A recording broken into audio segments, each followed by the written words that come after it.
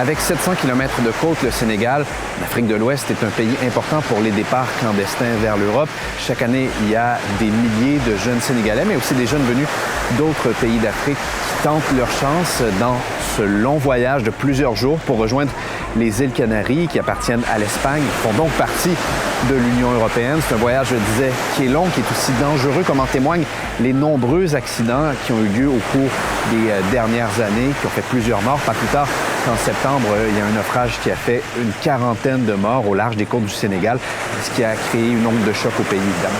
Ce qui est arrivé ici à Mbour, qui est arrivé quelque peu partout sur les côtes du Sénégal, est le fait des filières de migration qui sont, il faut le dire, dans le trafic d'êtres humains, qui exploitent le désespoir de cette jeunesse. C'est notre responsabilité de travailler pour que ces jeunes restent là. Mais il faut comprendre quand même les causes de cette migration-là. Les jeunes ne font que suivre leurs ressources. Les jeunes quand même manquent d'espoir et d'avenir dans ce pays-là. Pour tenter de limiter ces départs, le Sénégal reçoit de l'aide, notamment de la part de l'Union européenne. Il y a 30 millions d'euros qui ont été annoncés en octobre. Il y a aussi des associations qui sont ici, sur le terrain, qui font de la sensibilisation, mais qui reconnaissent que c'est pas évident de défaire ce mythe de l'Eldorado européen.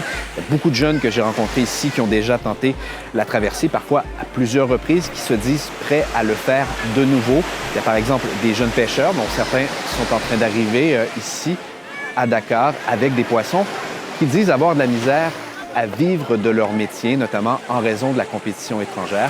De manière plus générale, au Sénégal, le taux de chômage chez les jeunes dépasse les 34 %.